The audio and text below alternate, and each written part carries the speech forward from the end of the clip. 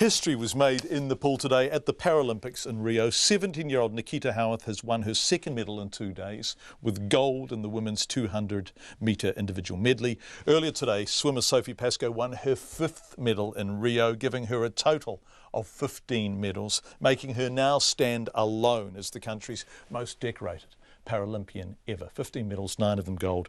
Sophie's nan Yvonne says she's buggered after getting up early in her retirement village to shout loudly at the television. Yvonne Goodman was as proud as Punch of her golden girl when she called us a short time ago. I have just got off the phone from Sophie about 3. As I got off the phone, I thought, right, now I've got to ring John Campbell. And what did Sophie say? What did she say? Well, she was stoked with what she's done, but I think a little bit disappointed that she didn't get gold. Yes. She's kind of used to it now, isn't she? I know, and I think she did want it so much, but as she said, Nana, I am a perfectionist. And I said, look, Soph, we can't all be perfectionists. You have done your best and you can't do any more than your best. No, her best is quite... she was fine, but she's just so very, very tired. Very tired. How proud are you? Oh, so proud. I just wish John was alive to see all this and hear about it all. He'd just be over the moon. He really would. He just loved Sophie. And much. she loved him. We talked about this the other day, and I looked at her website, and on it there's a story about her at the age of 9, I think, telling her Gra, which is your husband John, right, as he was dying, as he was reaching the end of his life, that she was going to be a Paralympian and she was going to win a gold medal. That's right. He'd asked his grandchildren what they wanted to do and what they wanted to be when they grew up, and that was Sophie's answer to him. She was already swimming at that stage, competition swimming, and she said to him, yes, Grandad, I'm Gra. That was her pet name for him. And she said, Gra, I want to go to the Paralympics and bring you back a gold medal. And she did, in Beijing, from Beijing. And from London, and from Rio. London, yeah. So, and now from Rio. I looked at her. I was watching her on the telly last night after she broke the all-time New Zealand record for Paralympians. Yes. And she was very composed, and then suddenly she wasn't anymore, and she was just a flood of tears. And you realise how hard she has worked, all the training, to be top in the world for 1, 2, 3 Olympics, and to keep winning. She's remarkable, isn't she? Yeah, she is.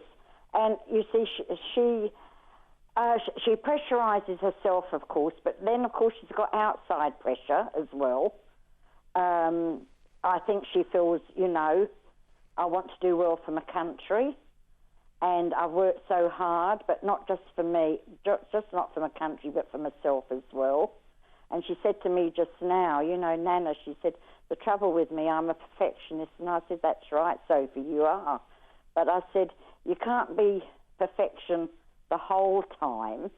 And what you did today, I said, you were only not even an arm's length, I said, from getting gold. And I said to her, you should be proud. She said, oh, I am. She said, and of course, those girls in the pool, those 3 girls, they are good friends. Although they're rivals in swimming, they are all good friends, which is so lovely.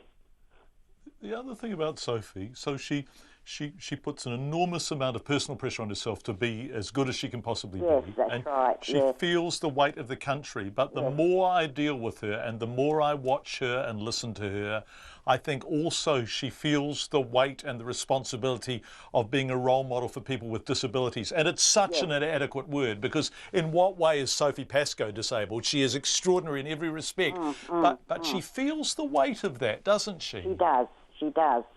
And she'll do anything, to help the young children with their sport and encourage them with their sport, no matter what sport it is, but especially swimming. And she's a really wonderful role model. That's what I think, anyway. Yeah. Oh, you're right. Yes. Yeah. I mean, I know you're grandma, and you would say that, but you're right.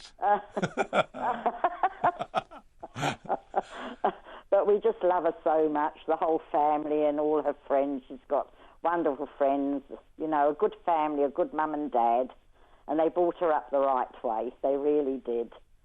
You know, not to hide her disability, even right from a small child. It was never ever hidden. When she was tiny, she was always in shorts or swimming suit, or it was never ever hidden. And I think that sort of helped her too. Yeah, beautiful. Some people, some families tend to hide their children's disability and perhaps make them a little bit self-conscious of it. Yeah, not Sophie. You know, I remember when she came home from London, having done so fantastically well there, one of the things she did was went over to your place for a roast, right? That's right. So have you got the oven on? I'm going to have to, I think, when she gets home. and Yvonne, what are you going to roast? What's her I don't know, favourite? probably roast lamb, because that's her favourite. Yeah, and also Canterbury lamb is hard to beat, isn't it? Lamb. Some crispy potatoes. Yeah, crispy. Oh, she loves her baked potatoes. Oh. She loves. Oh, she's a very good eater, our Sophie. Loves her food. And although they're getting fed, you know, at the village, I don't think it's quite like home cooking. Well, Yvonne and John, the late John, top grandparent action, and congratulations on a really wonderful young granddaughter. Oh, look, thank you so much, John. I really appreciate you saying that. And I'm, you know, as I say, we're so proud of her, and especially her mum and dad and her sister, and oh, you know, I just love her to pieces. She's wonderful. It's Yvonne Goodman, Sophie Pascoe's nana.